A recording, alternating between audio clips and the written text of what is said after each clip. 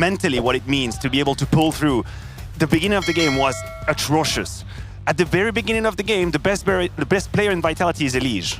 That's what's happening. That's what we're looking at. He's granted them a lease on life early on in this game. That should have been like a 9-3, 10-2 first half in the favor of Complexity. It should have been a 13-4 Complexity. Yeah. That's what we were looking at the beginning of the game. I'll tell you who's working the hardest in the whole building right now is TC, Complexity's coach. He's just going to have an emergency room now. Yeah, he's having a conversation because everyone on that team knows they let this one slip away. They let this one out of their hands. And as you mentioned, Elige, a couple of just weirdly trying to force some of those plays early in that first half. And I mean, Vitality's offense was doing nothing. Their T side was doing nothing on the map. That is the point, right? And I think that's why I am outraged in your behalf, Jason. That's what's happening. I'm outraged for you on his behalf because Vitality in the first 7 to 8 rounds have zero energy. They are lethargic. They don't know how to play the game. They're disjointed. They don't find any openings. And the rare cases where they have a trade, Elige forces a play that is unnecessary, gives that away. By the way, this was a candidate for graffiti. If we do that again in Counter-Strike, I am so absolutely close. I'm so sad for Apex that didn't work out.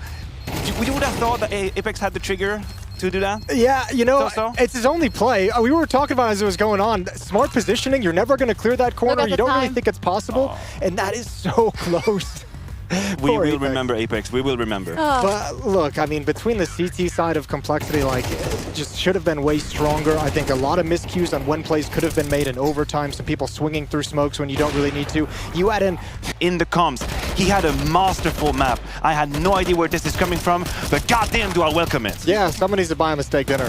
That's incredible. I mean, he's the only reason they win it. So many swing rounds won by him is absolutely incredible. I've said this as well for Complexity. Another map where they 3 maps in a row where they had a great lead, great advantages, really solid, in control of the situation in the first half, and just gave away too many opportunities and like let some stuff. We just saw the one there, the 2-on-1, the little early swing, leaving Elige alone in a 1v1, which he loses. That breaks their economy as well. And then all of a sudden that round turns into like a 2-for-1 and Vitality's right back in it because their T side once again was really lacking on this one.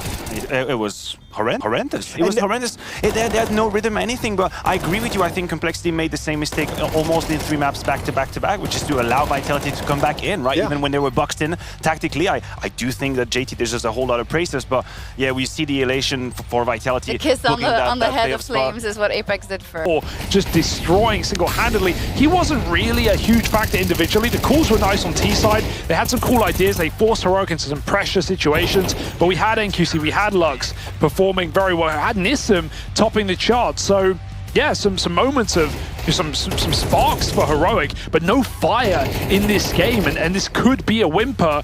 Of course, Mirage is such a better map for them. It's one where, you know, Pain are on a 3-map loss streak. They lost to the Mongols. They lose it to domestic teams as well back at home, and Heroic have got some big wins in this tournament already there, but just the level we're getting out of Pain and, you know, the lack of answers for Heroic, it does dawn the question that will this be done in 2? Will Heroic exit Copenhagen like this?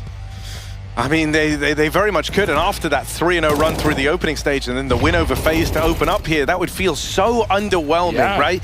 Even when we saw the kind of debut of this squad at Tier 1 line in Katowice, they came into it very, very confident. You had interviews from Nerds before they'd even played saying that he thought they were going to do fantastic, that it'd be him to kind of step up and reorganize the pieces to bring everyone back into a game that was rapidly building to be one of the most memorable chokes ever, and he cooks up the perfect one in that last round. They fall for the A play. Vincere opens up the route into that B site, and so what a glorious last-minute save from Pain to stop that going to overtime. That's the only way you can look at it, really. And commiserations to Heroic, who, of course, eliminated the last Danish core gone from Copenhagen. And what a sad way, because I feel like we all, especially after that Heroic have brought to this event, they've actually played far better. They ran through clean on the opening stage. They defeated Eternal Fire dominantly. They opened Elimination by dropping FaZe as well. Like, we know this Heroic team could be a top 8 team, but with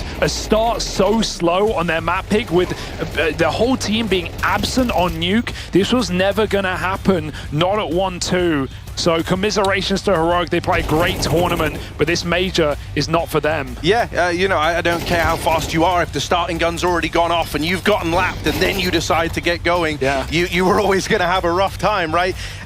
Credit to Nissim as well in this final round. Like, what a way! In box on the 1v2 that wins it. It was Bigazera's call, but it's Nissim to actually style it out in the and their opponent or their teammate ready to help.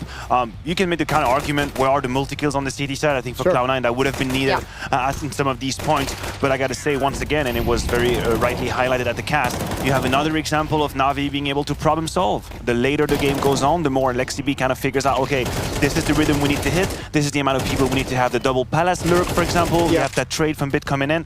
This is looking great, and missed opportunity for Cloud9 because they had a couple of individuals showing up that we maybe didn't think would or had doubts about. I mean, honestly, that was one of the cool things about this game is we had all those like hated statements that we bust out, is like the if statements of if this player shows up, but all of them did. I mean, Yima had some impact in this game, wasn't anything spectacular. Agzao was there still fragging, he was a huge piece of the Cloud9 offense. I think the big difference when it comes down to is the eternal question of Cloud9 in the way it's currently structured around the op is the op was the difference. Wonderful was able to utilize so much in terms of impact from his AWP versus the impact of Boomich picking up the AWP for Cloud9.